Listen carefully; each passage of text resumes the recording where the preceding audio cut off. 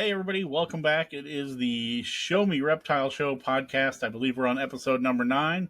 I've got Scott with us this week, showing off the Show Me, is that the DILF shirt? That's the original DILF shirt. And we've got a special guest this week. We've got Patty from Isotopia, based out of Illinois. Hi, everybody. Welcome, Patty. We appreciate you joining us this week. Thank you for having me. We've got Mickey is busy re-outfitting our shop up in the Rhode Island area, so he probably will join us at some point in time. So jumps in. He may join us or he may not, but we'll be happy to run the show this week and visit with Patty. Patty, you've been at our 2 or 3 of our shows up in the northern part of the Midwest, right? Yeah, we usually always are at Janesville. We try to hit Bloomington and then Davenport. Just been a little rough start. Had some family things going on, and my kid always bringing germs home from school, so put us down from a few of those shows, unfortunately. Yeah, unfortunately, they like to bring that stuff home and share. Mm-hmm.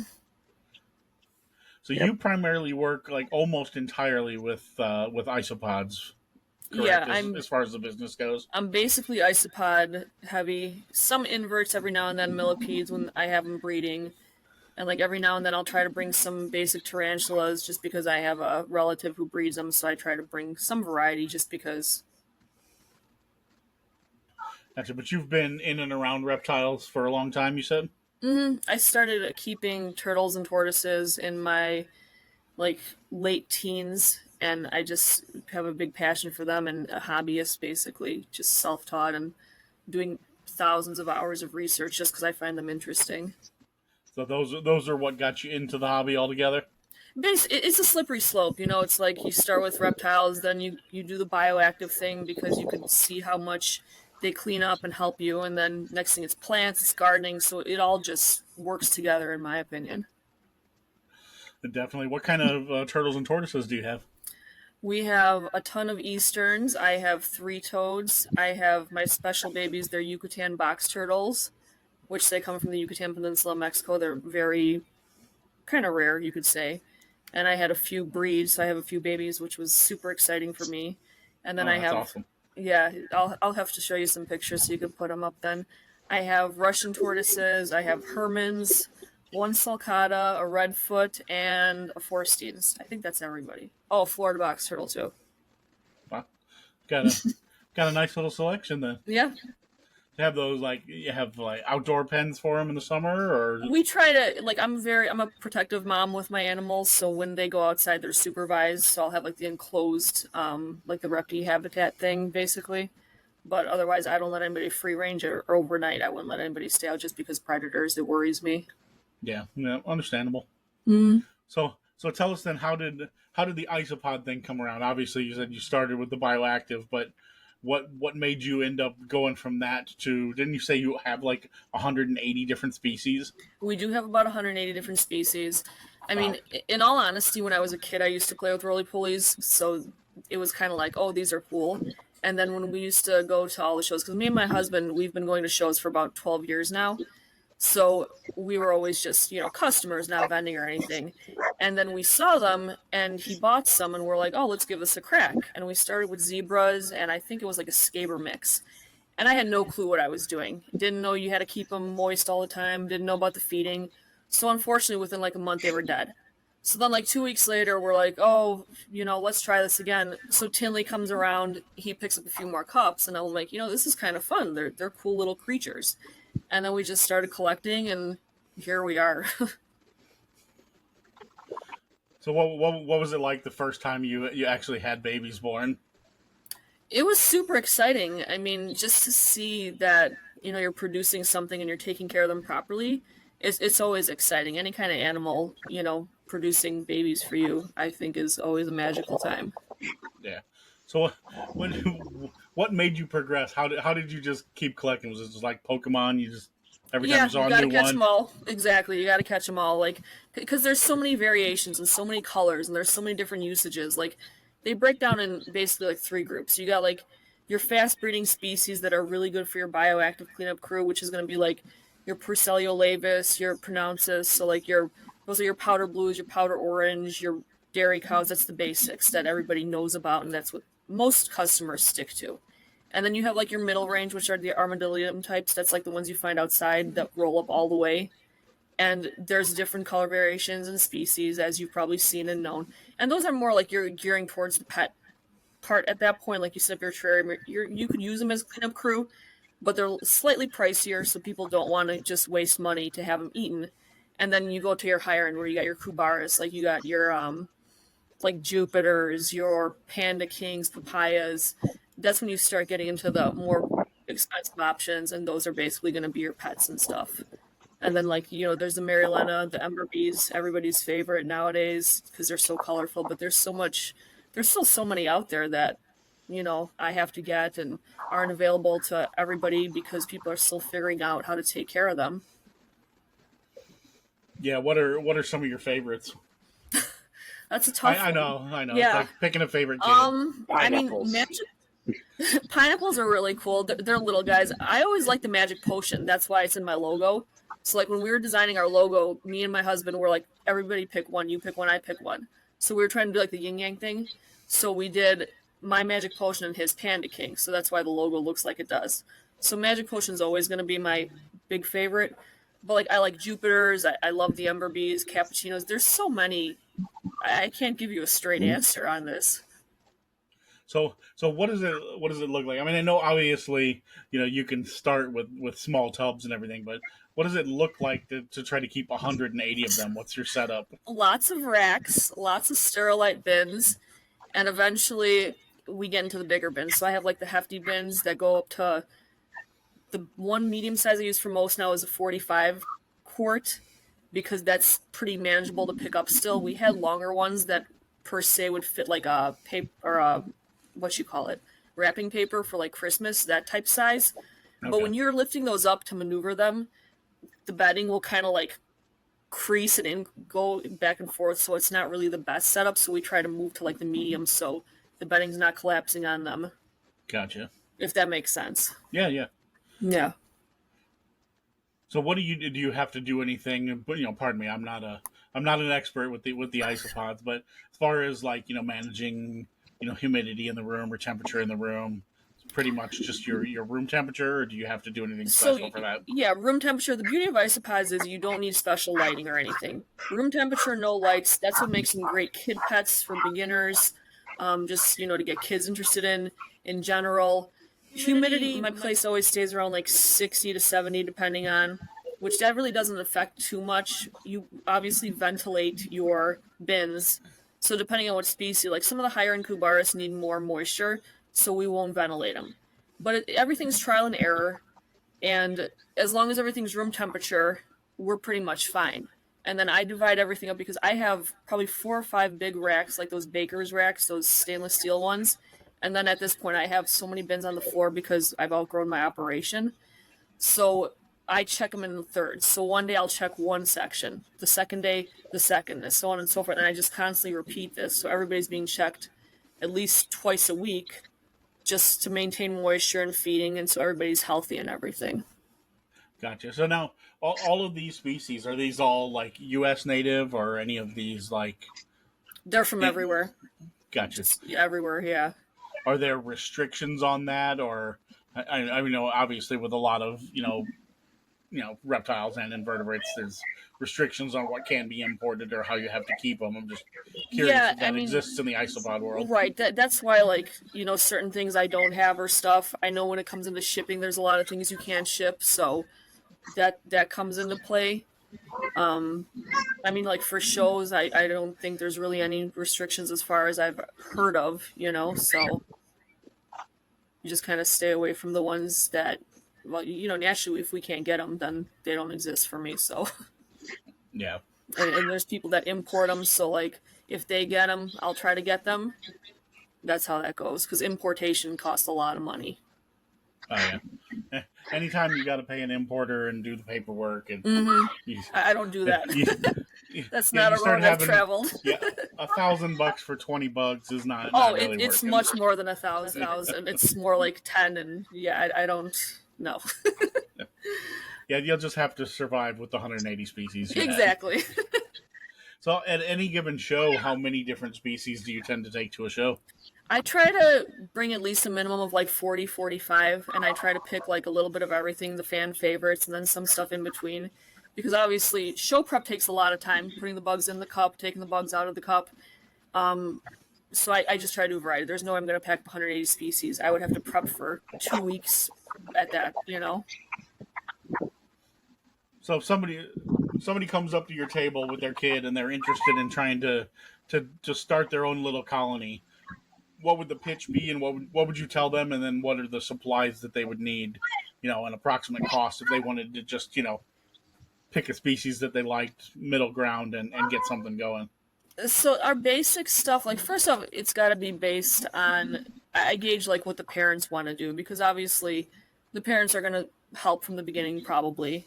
Yeah. So you have to see like kind of what they want to spend. Like truthfully, we could probably get you completely set up $25-ish or less if you don't need to buy a starter kit, because I do offer the bins that have the ventilation, and then I'll throw in the spray bottle and your moss and some leaves, and I charge 25 for that.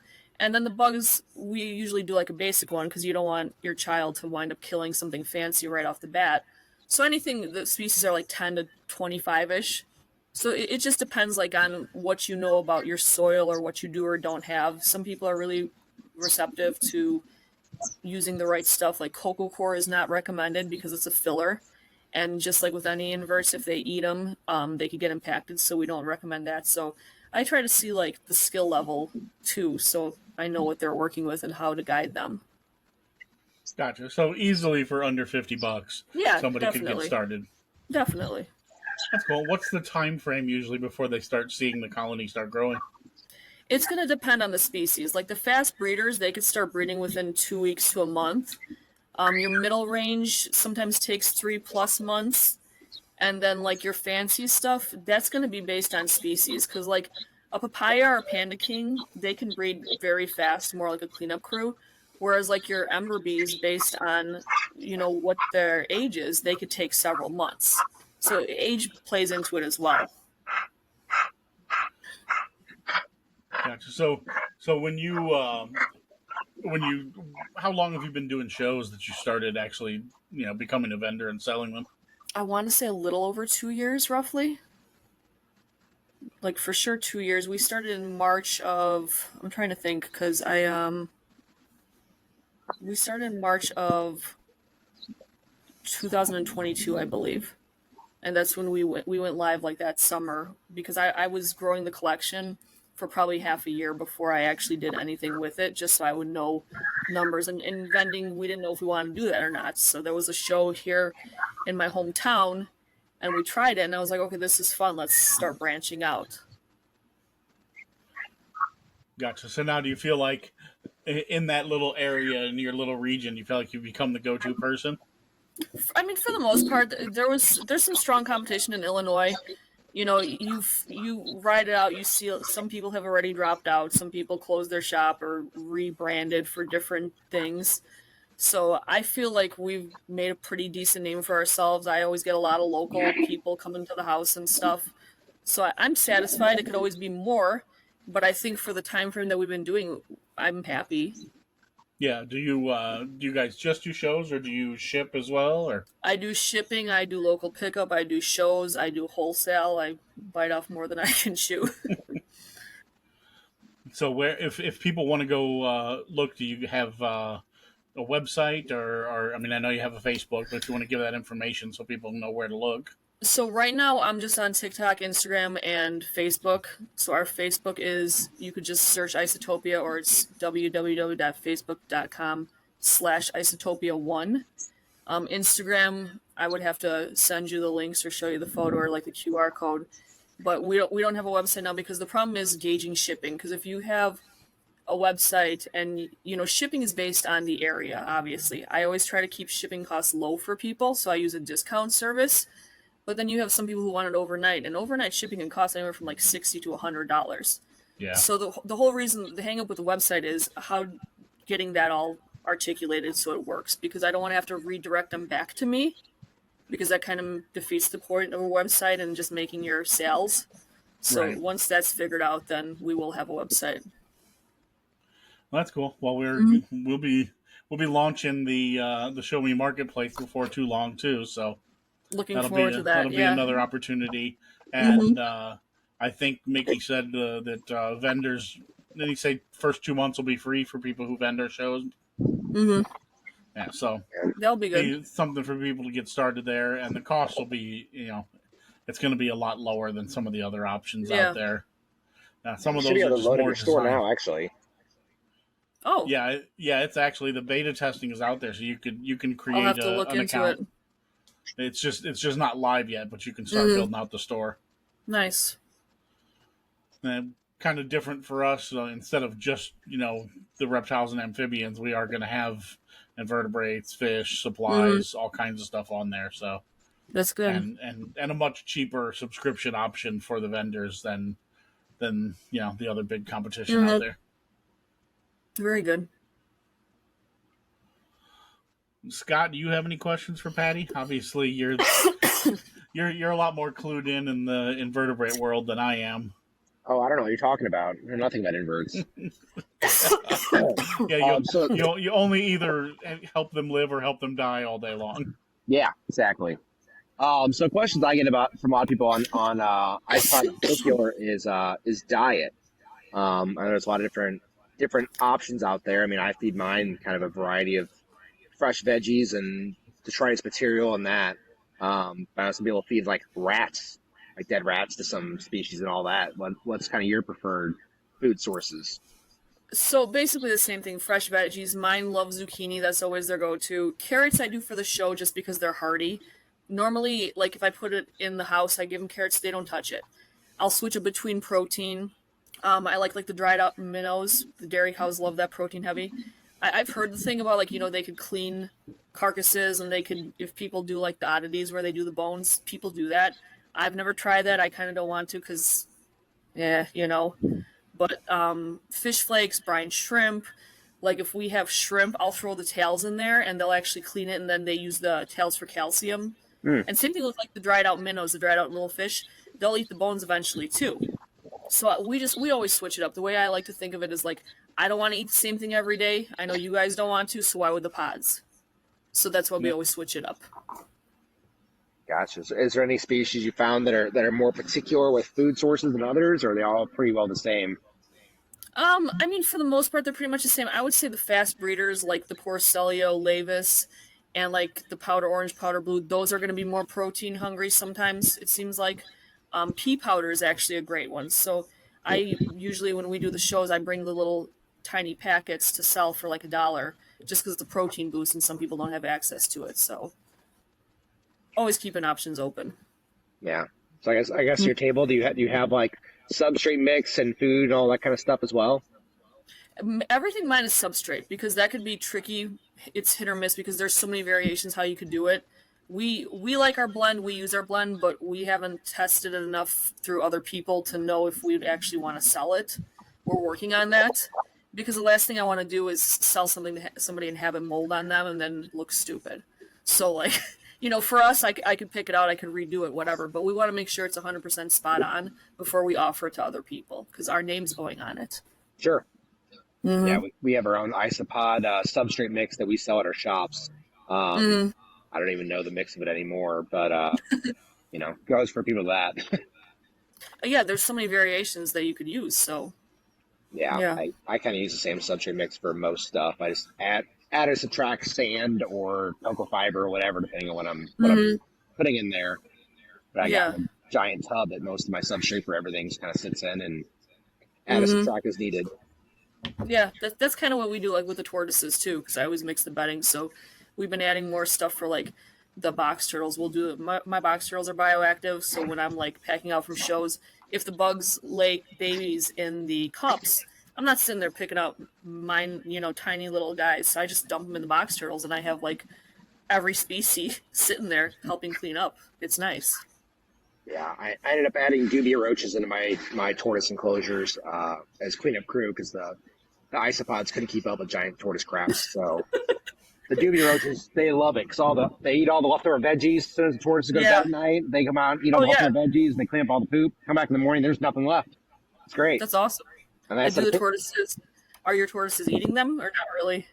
I found if like an adult dies, they'll eat the carcass. Okay. Because I don't see them eating the adults too much. Mm-hmm. But it's great because they're all they're eating all that fresh veggies Yeah. and feces and all that kind of stuff. So they're plenty well gut loaded. So I just set a pitfall trap in there once a month, kind of clean out a good Mm-hmm. supply of them to go through feeding my other reptiles. Yeah. It's a That little works. system. Yeah, definitely. Not to take away from isopods or anything, but isopods can only do so much. Oh, absolutely. Yeah. So how many species of millipedes do you do? I only have maybe like 6 or 7 right now. I have ivory, bumblebee, Sonoran red, Maui's. I can never remember everything because there's several, and then we caught like some wild ones that we're seeing if we could keep them alive. It was like the I can't remember the name, giant American or something. I don't remember offhand. I'd have to look it up. That's cool. And you said you've had a few of those have bred for you too. The Maui's have those are UV reactive. I usually always bring those to the shows. They're really tiny though, but those are really cool and they breed really fast. So those are a good species. But I think people probably don't come to my table looking for millipedes, so maybe that's why they don't really fly off the table. Yeah. I'm trying to produce some snails right now, and that's proving to be interesting. Yeah. Seeing how long, because I caught their wild caught out here, so I'm trying to breed them out for a couple generations to make sure all the parasites and whatever garbage they were eating is out of their system before I try feeding them. I got some pink tongue skinks that would love them. Nice. But it's just a slimy, gross mess in that enclosure. It's nothing like isopods. I wouldn't recommend it. We'll leave that up to you. Yeah, it looks like that doesn't up even in sound all the fun. time. Yeah, sometimes when my box turtles catch them in the backyard, then they're like all covered on their face, and I'm like, okay, we're gonna go wash you off now because this is disgusting with the slime. Well, yeah, and whatever they eat, pretty much the color of it comes out in their poop. So if I feed them carrots, there's orange, mucusy poop all over the enclosure for days after that. So fortunately, I got springtails in there to help clean that up. But man, it's messy. Fish flakes, you got confetti colored poop everywhere. It's a mess. That's funny. People who have no interest in this whatsoever are sitting at home like, why is that a pet? Why would you want that? It's a feeder. I breed all kinds of stuff for feeders. Yeah. I got crabs I breed for feeders. I got snails and isopods and roaches. I got like 18 species of roaches now. Wow. But it's all about variety. If you got to offer a good variety of food for your reptiles, they're going to be healthier. So of course, fresh is I'll best. tell you, if you get snails worked out to the point that you can mass produce them, and the blue tongues absolutely love them. Yeah, I started grabbing them partially because my accounts, they're eating all the rodent bait in my accounts. I don't my little bait boxes, and they'd all be full of snails. All the bait would be gone. Be a big slimy mess in there. But so, Patty, is there anything else on the horizon for you, or do you see yourself just sticking completely with isopods? Probably just more products and stuff. Like I've recently added more leaf variation because people like that stuff. I actually brought to show live oak now I'm doing, which that's always cool. a fan favorite. And I've been adding the little limestone, the fossiliferous lime, because that's very good for isopods in general. It's a calcium source. And like live oak is a southern thing. It's really hard to get around here, so I know that's always a hot commodity at shows.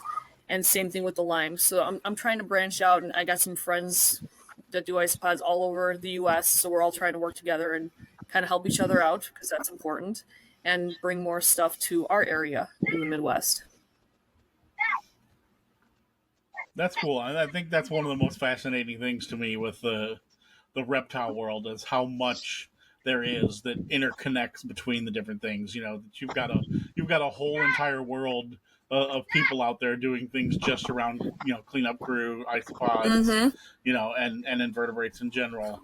But yet that stuff is a vital part of what a lot of people do in the reptile world. Right. Their enclosures, their enclosures and their setups just don't work the way they want them to work without that. So Mm-hmm. I think that's cool that those two worlds have come together and work symbiotically to make it all work. Right, and bioactive is still, fairly newish, I think we could agree on. So there's so many things that we could still do, and we're learning all together. So I enjoy that. I think that's a lot of fun because we're kind of paving the way together as a community to better ourselves as keepers and for the animals, of course.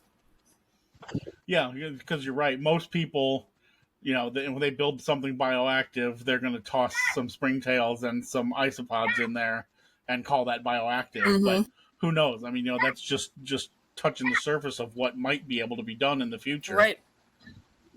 We might find down the road that there's 5 different species of cleanup crew that live together and benefit one another as Right. well as the reptile. Absolutely. So that's fascinating. Yeah, I think the overall thing I've been noticing is the massive reptile collections are really starting to dwindle down, and you're seeing a lot more people keeping larger enclosures, bioactive setups, misting systems, light timing systems. Everything's being more general around a natural setup. So I think the cleanup crews and all that kind of stuff is really going to be what's taking off in the next couple of years. I think the rack keeping and things like that is starting to dwindle down quite a bit, at least from what I've seen. Yeah, I can agree on that. Yeah, and I think it makes sense because chances are you can produce, if your point is to breed reptiles, if they're in ideal situations, you're probably going to produce larger, more healthy litters if you're doing all the bioactive and improving their enclosures. So you don't need as many to make the same amount of healthy offspring. Makes sense, yeah. You Yeah, know, like as we opposed always, when we couldn't like crack a code on an isopod or something, I would figure out where they were from and then look up the climate and the geography from where they were kept and just try to mimic that. That's how I get certain things to breed, because then we tweak the temperatures, the humidity, or the requirements like the calcium, and that's made all the difference. So that would be a tip I would give people. Like, even for your species of reptiles, if something's not breeding, look up where they're from and try to mimic that, even indoors or however you're doing it. That helps a lot. Yeah, definitely. I mean, I think that's a cool thing in the reptile world in general, is that how much people are trying to move, like Scott said, move into that whole idea of better, larger setups with bioactive, as opposed to slapping a snake on aspen with a light and calling that care. Mm-hmm. Yeah, that's what I really loved about like Dave Coffin's channel. Him going out in the wild, like where these animals are from, be like, hey, are we keeping this stuff correctly? Because this is how it lives out in the wild. Take a temperature gun, humidity reader, and all that stuff, and check how these animals are actually living out in the wild. I think it's a really awesome resource that most of us, on average, couldn't go and do ourselves. So it's really cool that he does that for the community. Mm-hmm. Yeah, I saw that the long episode he did with ball pythons, and obviously the book has been written on ball pythons, and people will tell you between this and this degree. But for him to actually be out there and see what their den looks like, what the temperature is, how the females were moving, out to the exit of their burrow versus going back into there during different times of the day. So, really actually starting to learn, what it is. Obviously we've figured out what works in a rack and we think is the best case scenario, but to actually see what they're doing in nature, that is awesome. Yeah, everyone at work always considers me the weird guy because my job is to kill bugs, but then I keep a bunch at home. But I kind of look at it as I know their habits. I keep so many species of roaches that I kind of know what a roach lives like all the time. I know how isopods live and centipedes and all that stuff. It gives you good insight. So even though I'm the weird guy at work, I'm one of the best at my job in my opinion. So I've got that leg up. That helps. Yeah, that helps. No, you're into me. Yeah, so you can probably walk into a house that has an insect problem and know exactly what you're going to find when you start turning things over. Oh yeah, I mean, like we call it just conducive conditions. I walk in a house and I can see, oh, they've got a moisture problem in the basement, so they're probably going to have, springtails, isopods, springtails, centipedes, possibly drain flies, all that kind of stuff, you know, and just build off that, just, you know, what the environment's like, to know what the pests are, because most of the time you flick on the light, every pest goes running. So knowing the habits, the environment is the key to my job, in both jobs I have. So. Well, yeah, because I'm sure you see it in restaurants and places all the time. They think the answer is always to just spray more poison. And, you know, really, okay, if you could eliminate the water and get rid of their food source, that's a way better route than slapping more poison down. Oh, 1,000%. You know, we call it assessment-based pest management, or IPM, the more common term in the industry. But yeah, I mean, I've done pest control, you know, zoos, where your product selection is very limited, has to run through a vet, and it's only in certain areas. So you really have to use your brain to figure out, okay, why are these bugs here, and correct that environmental condition in order to control them without using any products.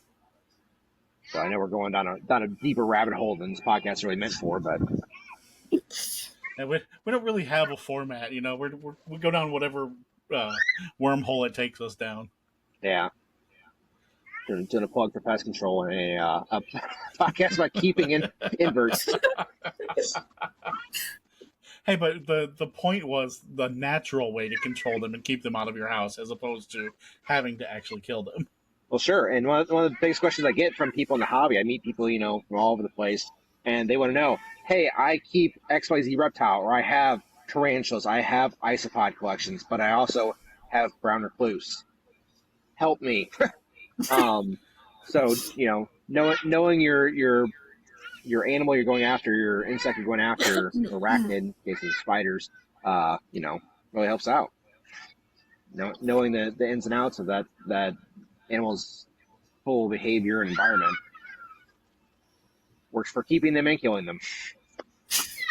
Yeah, I found it funny. We had a salesman come to the door from, like, I don't think it was True Green, but one of the lawn companies a couple of weeks ago came and was like, "We noticed you got an issue with dandelions in your yard. We've got a special that we're doing right now." I'm like, "No, you're not killing my dandelions. I need those. That's free tortoise food, yeah. My chuckwallas love dandelions." Yeah, like when I was a kid, my mom used to not spray the dandelions, and I used to get so mad because I'm like, this isn't aesthetically pleasing.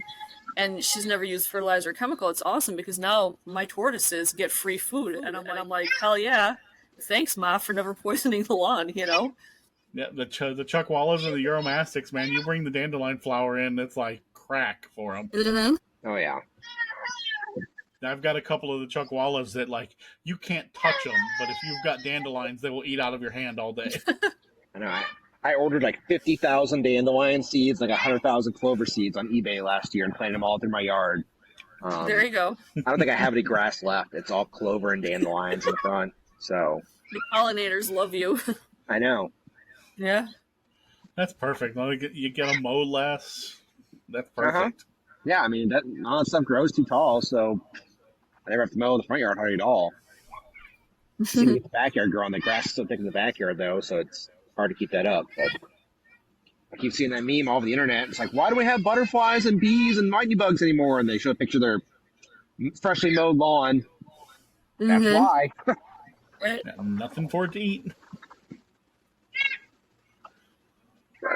So Scott, what have we got? What have we got coming up this weekend? Actually, just one show this weekend and next weekend, right? Jacksonville, Arkansas, and it is oversold with vendors.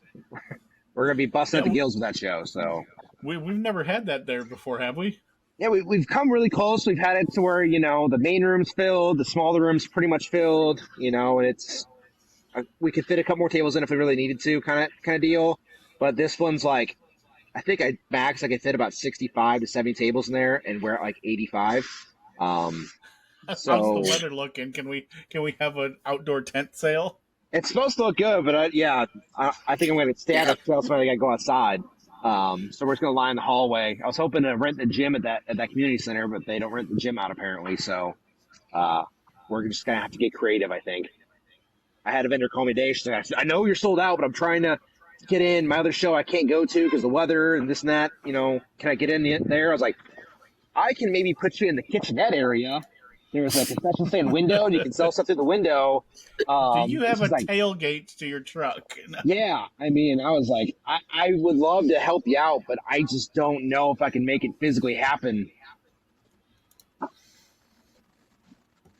Yeah, and then we've got what the next show after that is not till Janesville, right? Yeah, we got Janesville, and St. Louis on the 19th. We have a whole weekend with no shows. Whoa.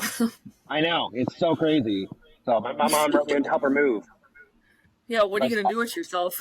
I help my mom move. I never get a weekend off. I got to do something. Yeah, we're coming out of that busy season where we've had some weekends with 4 shows, 5 shows. But, like we talked a little bit earlier, it does slow down a little bit in summer. But Well, it's really just May. All the kids are getting out of school and everything gets all crazy. And that first weekend in June, we got like 4 or 5 shows. So we hop right back into it. We're back out in like Loveland, Knoxville. I think Springfield's that first weekend. Yeah. And then June's busy, July's fairly busy, and then August just dies off again because everyone's going back to school. Yep. Although we do have, Patty, you need to make a long haul and head out with us to Virginia Beach. There's several that we want to do, but the problem is with my husband's work schedule. Because when he gets off Friday night, he works like night shift kind of. He gets up at like 9-10. It's hard to double back then and pack everything. Like I could be ready, my kid could be ready, but for him that's rough. And I don't travel without him because this is our thing together. So that's the thing, Like I want to try Fort Wayne because I heard that was a really good show. That's not too far, so I think we're gonna try that one in November just because get a hotel, do whatever, and just. That's what I heard. Show, it kind of like blew up.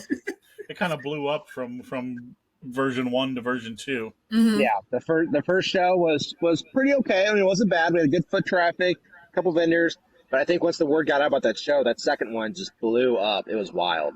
Indiana's a good market. We've always done really well in Indiana in general, so that's another reason we want to pursue it. And that venue is massive, so there's all the room in the world to grow it. Nice. Yeah, I would love to take over that whole place or at least get the main hall there because it's a giant convention center. So we could easily turn that into a super show if it keeps growing. Yeah. How many times a year are we doing that one now, Scott? Is it 3? Right now, just 2. Okay. I'm trying to talk Mickey into doing a 2-day show with it next year. I know there's a lot of logistics involved in that. But I think we would get even more vendor support if we had a 2-day show for people that travel a bit farther. Definitely. So we're pushing for that. We'll see, because literally that's what everyone said last show. Like, we need this 2 days. Because they were just busy from the time we opened the doors to the time we closed. I mean, every table was just packed. There was lines to every table at the show. Well. And then that's, are we allowed to say it that we have 2 new locations we're adding? I guess the word's out there, isn't it? Yeah, I mean, word's already out there. Web team's still wrapped up with Marketplace, getting the final bells and whistles put together on that. That I don't think they even have tables available for it, but I know we got Hickory, North Carolina, then Pensacola. Everyone's blowing me up all day on how to get tables for it. I'm like, give the web team a second. Yeah. It's like it just got signed this week. Give us a minute to put it out there. We just on the paperwork. We want to let you guys know it's coming so you can prepare, but just give us a second on getting tables. But that's good. We got people just chomp at the bit and do our shows. Yeah. I'm awesome. glad we have that positive reputation with everybody now. So you guys do excellent promotion, so that's why I love doing the Show Me shows. You guys help the vendors, and that's well appreciated by a lot of us. Yeah, we try. We're glad. We hear it sometimes that people say that they don't think we advertise enough, and it's like if you saw the amount of money that gets spent on Facebook and Instagram ads, and I think people just sometimes they have it in their mind like, well, I didn't hear it on the radio or I didn't see it on a billboard, and it's like the amount of people that you can reach on that type of stuff, it's just not worth the money spent. Mm-hmm. Yeah, I've seen the receipts. Mickey's not making a fortune on this company. He dumps almost everything back in. He has enough money to eat and keep the lights on. That's kind of how it rolls. Yeah, and it's like unbelievable. I mean, like the amount of reach that happens on those Facebook ads. We've kind of dialed it in, gotten the formula a lot better. Testing and trying that. And I know some of the ads that are out there for last weekend's shows were reaching 25, 30, 35,000 people, over the course of the 2 weeks before, between organic and paid reach.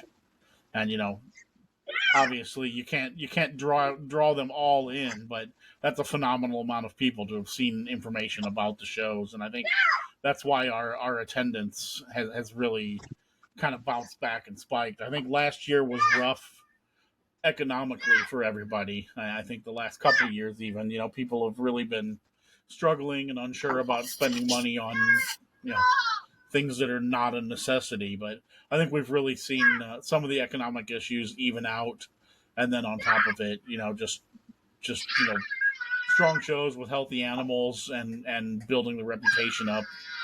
I think we've been excited to see, especially I'd say over the last 4 months. Seems like the attendance has really taken a spike. Yeah, I think it's a lot more confidence. Yeah, and we've buffed up our team. So I mean, the amount of coordinators that we have now versus what we had, it's actually nice that we're, some of these shows that were tough for one person to handle, we actually have 2 or 3 bodies to send out now. Yeah, we've hired 5, 6 new coordinators this year. So I think it's going to be, I don't think we're having any more shows they're going to have just one person run them anymore. So yeah, and that's awesome, because it's almost impossible for somebody to run a table, do check-in, and tend to the vendors the way the vendors deserve, Sure. Well, there's always that instance where, hey, so-and-so's got a dog in here that's barking to people and acting out, or, someone threw up on the floor, and I'm at the front table like, sorry, there's mop buckets in the closet over there. Have fun. Yeah, and Mickey apologized. He said he wasn't able to join us this week. He's dealing with some build-out issues and restock issues and staffing issues in some stores. So that man needs some sleep. Yeah, I think the podcast is last on his list. Unfortunately, last time I talked to him on the phone, he sounded half asleep as it was. So yeah, I told him don't worry about it. We're fine. We're talking about roly-polies. What else? We don't need him. So I think we covered pretty much everything. Patty, once again, we appreciate you coming on. Tell people one more time where they can find information and find you online. So just search Isotopia. It's Isotopia. On Facebook, it's going to be your regular facebook.com/Isotopia and the number 1. And then Instagram and TikTok. Awesome. Make sure send me some cool photos. I can kind of. Sorry, allergies are kicking my ass hard. That's okay. Yeah, just send some cool photos. We'll spice it up a little bit. Of course. And I'll put the links to your pages in the comments as well, so people can find that. Thanks for having me. Yep, we appreciate you joining us. Thanks a lot, and have a great week. You too. See you in Janesville. Take it easy. Of course. Bye.